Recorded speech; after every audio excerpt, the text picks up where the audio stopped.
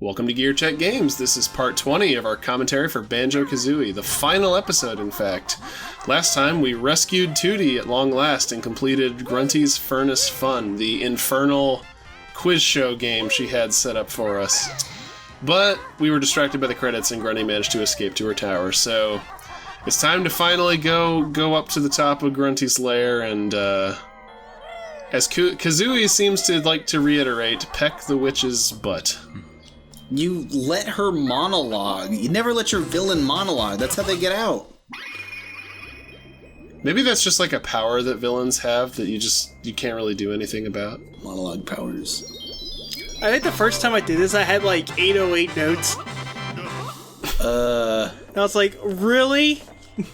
You poor soul. So you really do have to have quite a few notes just to get in here. So, like, if you're going that far, you might as well get them all, right? Yeah. Even up to, like, the final room before Grunty's boss fight, there are still optional things you can get if you have... I think to get everything in this game, you can only afford to miss, like, 4 musical notes. Whoa. And maybe, like 6 jiggies, I think. Well, I guess we'll find out once I complete this puzzle. Wait, do you have to have just enough for this? No. Oh, yeah, wow. you need 94 jiggies to complete the game. She looks like she's about to drop a sick rhyme. A sick beat. She's about to start telling us about her Fruity Pebbles. Yeah. Oh no, it's the Also, map. I always thought it was neat how you get to the end game area and you actually get to explore the areas you saw from the early cutscenes. Yeah. There's always something so just like cool about exploring an area in game that you've seen in like a cutscene earlier. Because I'm usually used to just like cutscene areas being just separate things or separate areas that are just never accessible. That's an important one right there because that doubles your health. Oh. You're gonna need it Which for this is good fight. because, this boss fight with Grunty is actually pretty tough, compared to what we've done throughout the game. And not only is it tough, but it's long, too. So, is that kind of like in Zelda, when at the very last minute you can unlock the barrier hearts? Yeah. Although the funny thing is, both of those games came out the same year, and I assume didn't, copy any elements from each other, so they just coincidentally put the same thing into their game at the 11th hour. I like that, though, because it's like, if you've done all this extra stuff, here's a reward, or if you've done some exploring, it'll pay off in the end. She was sicking me earlier. Well, jump in, Banjo! She's in the pot? It might be gross, but it's One more sanitary. time. And One more time. yeah, Grunty's having her revenge. It never fails. Oh, I'm trying, Xbox man, I'm trying. Don't worry, Dingplot. Will so please reconnect the controller. What was that, Banjo? What are we talking about, Banjo? Something about reconnecting an Xbox controller? You needed one of those, USB chargers. I told you, man, I looked at that controller and I didn't see any place to put a charger. It plugs into the top of it, if it's an Xbox official one. I don't know. I'll send you a link later. Well, it's too late now. I've already recorded the game. Oh my gosh. So yeah, this is really the only proper boss in the game. Does her Nimbus 2000 have a mouth? Yep. Yes. Oh my god.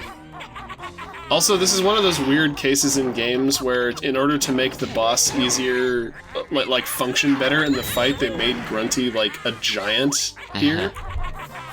Which you don't really notice.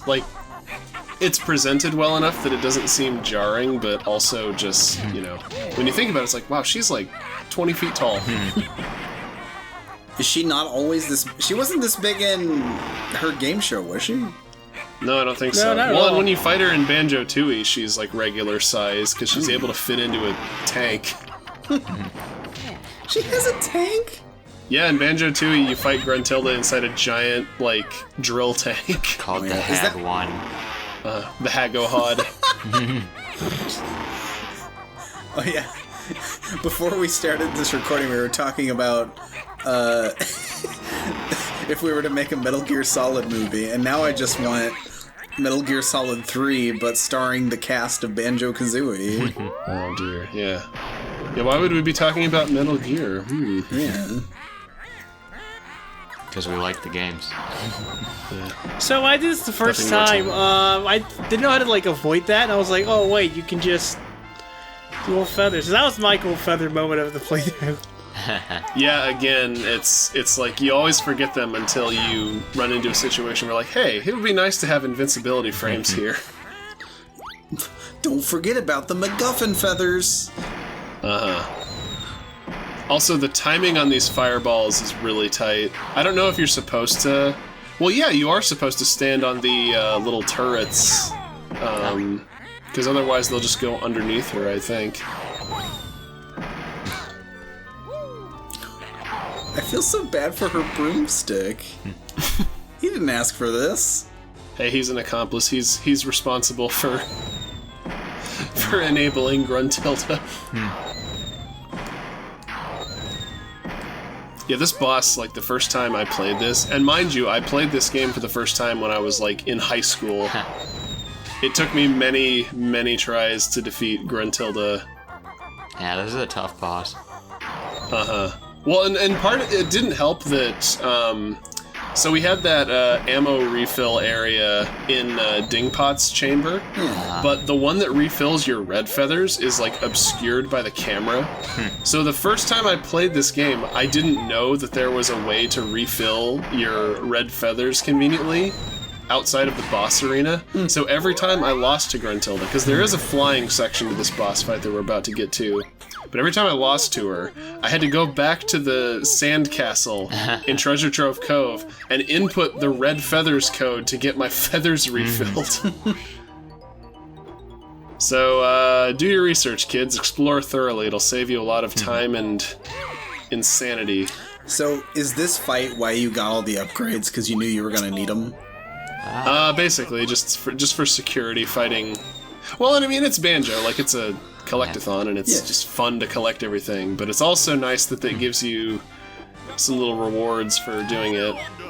The thing that really tripped me up with this boss is that when she throws those fireballs, she leads her shots, which at the time this game came out was not something I was used to in games, where usually it's just like they just throw it at wherever your character is at the exact moment, and you can just easily dodge them by just continually running in a circle or whatever.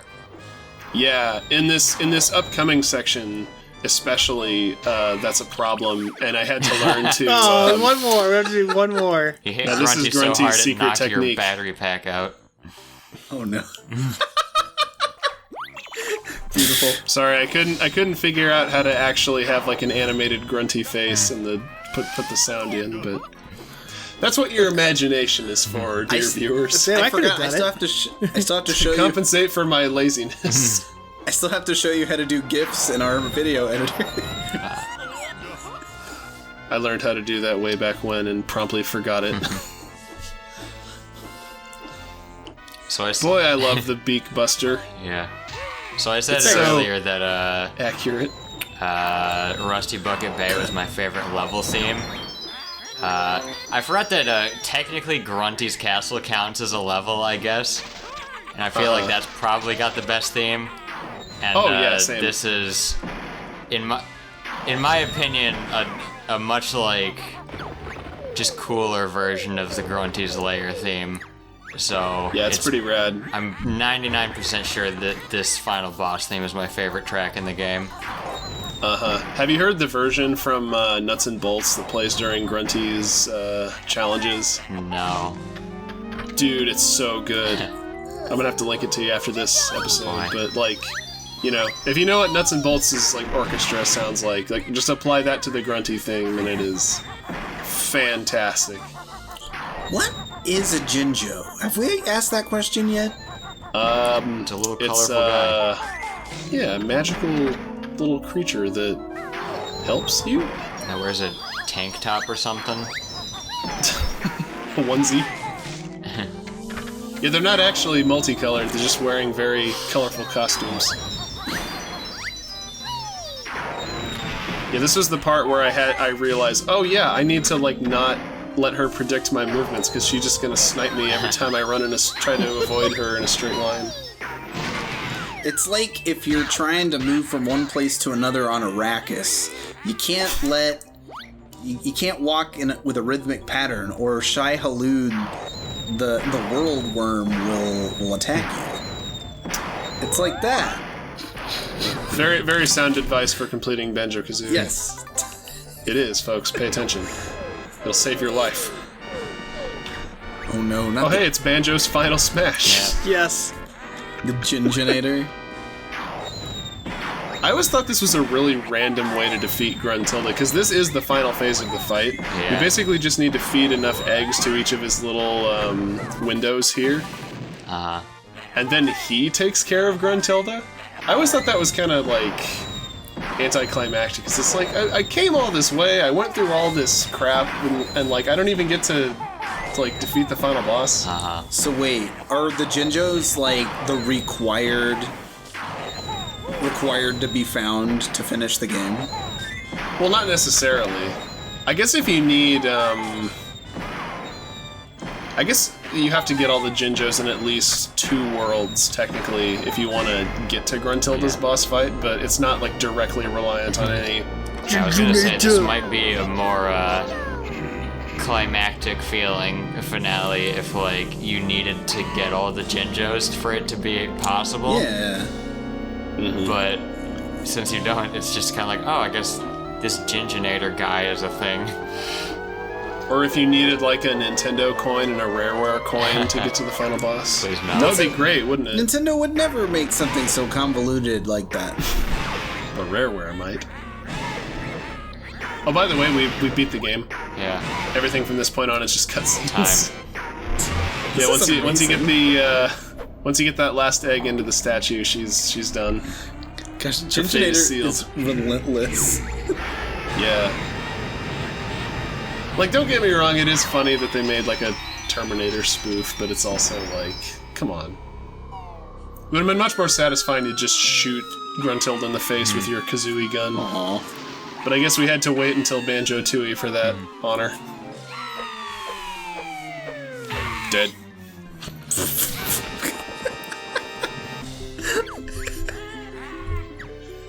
That's amazing.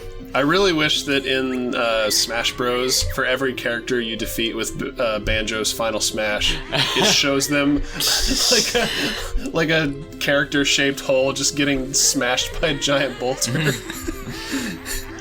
I don't care if it's excessive. I don't care if it wastes a bunch of time. It's awesome. Yeah, they have to make a different size hole for every character, just for that level.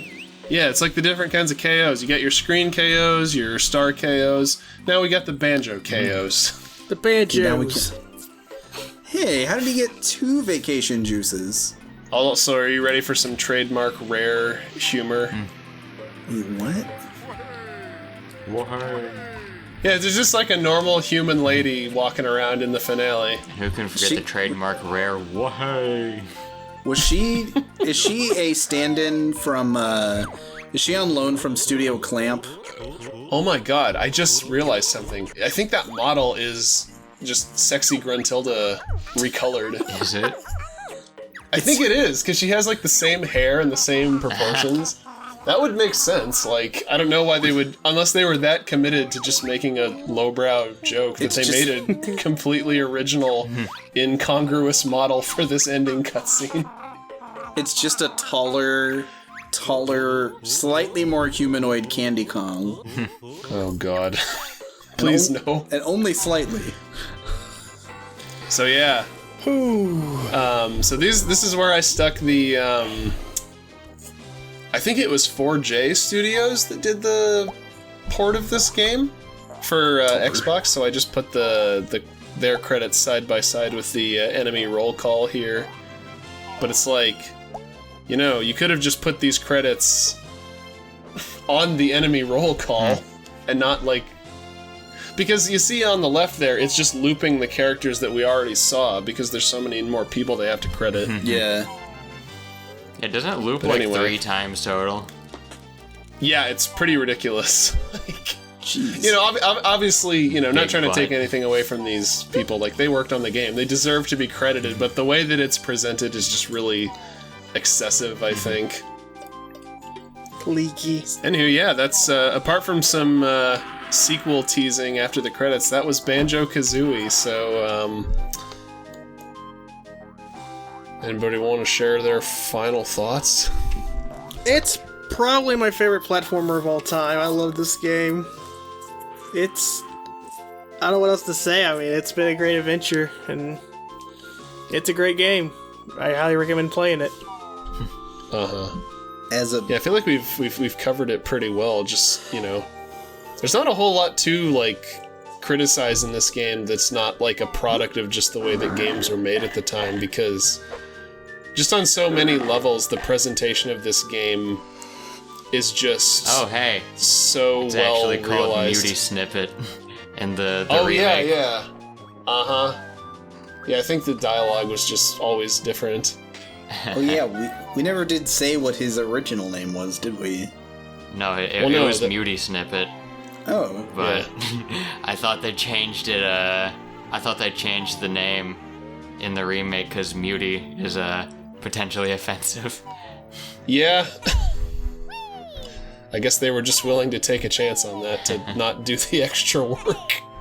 Oh my gosh, they're gonna go through all of the polar bear children? Yeah, all of these very distinct and memorable characters. There's that terrifying portrait There's making Huey, its Dewey, final Louie, and the rest. here on Freezeezy Peak.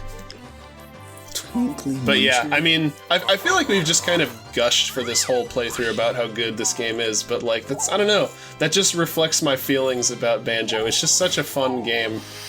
To sum up my feelings on Banjo, it's just, I played this, a lot of people who love this game played it as children and are like extremely nostalgic for it, but I didn't play this game until I was like 18 years old, and I feel like I love this game, if not as much as those people do, about as close as you can get. Like Ethan said, this is probably, you know, I'm 99% sure this is my all-time favorite collectathon game. It's timeless. It's a timeless classic.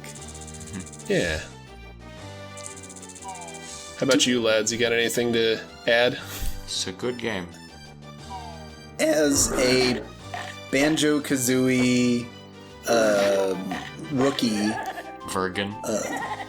yeah, I enjoyed it, and I still enjoy it. I think this game just oozes charm, and just, I don't know, it's just fun. It captures that funness that games need to have, and that's why it gets props from me. Yeah, it's just, Donkey kind of talked about this in his video about the game from a few years ago, but it just has a really simple charm to it. Like, it's just fun to play, even if, you know, the stuff you're doing isn't the most, like, mechanically complex things you could be doing in a game. It's just all presented so well, and, you know. Yeah. Well, How do you talk about Banjo-Kazooie and make it interesting? It's like, it's just Banjo-Kazooie. Yeah. It's just a great, fun game. I mean, I think part of it is that, like, even if the mechanics themselves are kind of simplistic, just the fact Big that there's so clucker. much variety in the game, and, like, pretty much everywhere you go, there's something new, is kind of what makes it so enjoyable. Yeah. Yeah, as far as N64 games go, this really is one of the ones that pushed its art the furthest, I would say, and had some of the most well-realized art, I guess. Case in point. There she goes again. Are Yeah, those the you're same right. co- It is just the. Yeah, it is. Is that a letter from King Mickey? We gotta go on another adventure to rescue our friends. Dear pesky Banjo. Oh yeah, this is another thing that got changed in the Xbox Live Arcade version, because originally here he was talking about stuff that was going to be used in Banjo-Tooie, but because this was 2008 and we had a brand new Banjo game to promote, he instead talks about nuts and bolts. And you know, as we said, kudos to them for actually like finally implementing the stop and swap mechanic as it was intended to be, but well, maybe not it is as kind it of was annoying intended to be, but close enough. Yeah. Well, I mean, just, you know, in the spirit of how they wanted to do it originally. But it is kind of annoying, not just because of, like, you know, nuts and bolts and, like, the reputation that game has, but, like, I don't like the idea of them, like, remastering games and just, like, outright changing things like this. Especially to, like, promote other games. Yeah, it just feels, I don't know. I guess it was always that way, because, you know, originally it was promoting Banjo-Tooie, but I don't know. There's probably not a good, like, look at the screen tearing. Oh my god, excuse me. He's just so flabbergasted. Oh, so I just couldn't keep it down. Oh god. Yeah. So I guess, like, he's just showing you things you can do It's like zigzag tearing. Yeah. to unlock in nuts and bolts. Yeah, but these areas are all inaccessible unless you put in a code that I think you were supposed to get from Tooie originally. He messed up. Yeah, the person in the footage doesn't even do it correctly. Wow. Is this the quote-unquote stop and swap stuff? Yeah. Yeah, not only is there horrible screen tearing on this footage, but it's also not, like... The picture is 4:3, but the footage is still 16:9, but, like, smushed. So Banjo just looks, like, really skinny and tall. Yeah, this looks weird. I'm surprised they didn't just make this, like, a extras video. Like you just access it from, like, the main menu instead of leaving it here. Well, you get Well, this to be when fair, you get you all don't- 100 jiggies. Yeah, this is supposed to be like a secret. Yeah. You don't see this if you don't 100% the game before coming. Well, okay, you don't get 100 jiggies like Dan said. And fun fact, you actually can get all these things in the original game with sandcastle codes. Yeah, But, people well, actually. Yeah, I don't remember if the codes were released or if people just like bashed their heads against the wall until they figured them out. they're definitely not anywhere in the game. At least not anything that you can get without cheating. But yeah, you can put in codes and it'll unlock these things for you to go get in the game. Yeah. And obviously it doesn't do anything because, like we said, Stop and Swap was never implemented as it was intended to be in the N64 games, but Tooie does allow you to get those items, like, within itself. So, like, you still get the rewards that you were intended to get, but just not in the way that you were intended to. Uh-huh. Aw, Plungo's trying. Yeah. Yeah, we'll be seeing a lot more of him in Banjo-Tooie when we eventually get to that game. Is he like the Dr. N-Jin of this game? Like, from... I don't really know enough about Crash to make that call, but I'm gonna guess. He's like the probably. Igor to Gruntilda's Dr. Frankenstein. Yeah. Yeah. Frankenstein. Well, that's all. That's all Game's she wrote. over. Yeah. Yeah. So thank you for joining us for our Banjo-Kazooie playthrough. I believe Trey has a special announcement regarding the next GCG series that's in the pipeline for Tuesdays and Thursdays. Yeah, the pendulum's gonna swing the exact opposite direction. Instead of all gameplay and saturated colors and fun music, we're gonna get like something very realistic and like militaristic and just lots of voice acting. We're playing Metal Gear. We talked about it for like a year and a half. We're finally playing a Metal Gear. We're playing the Metal Gear Solid 1 remake on the GameCube, the Twin Snakes. Seems like as good a place to start as any with that series. Yeah. So yeah, as we said, thanks for watching, and hopefully we'll see you in the next one. So See you soon. have a good night, and take care. Drink your Ovaltine, kids. That's what Banjo would want.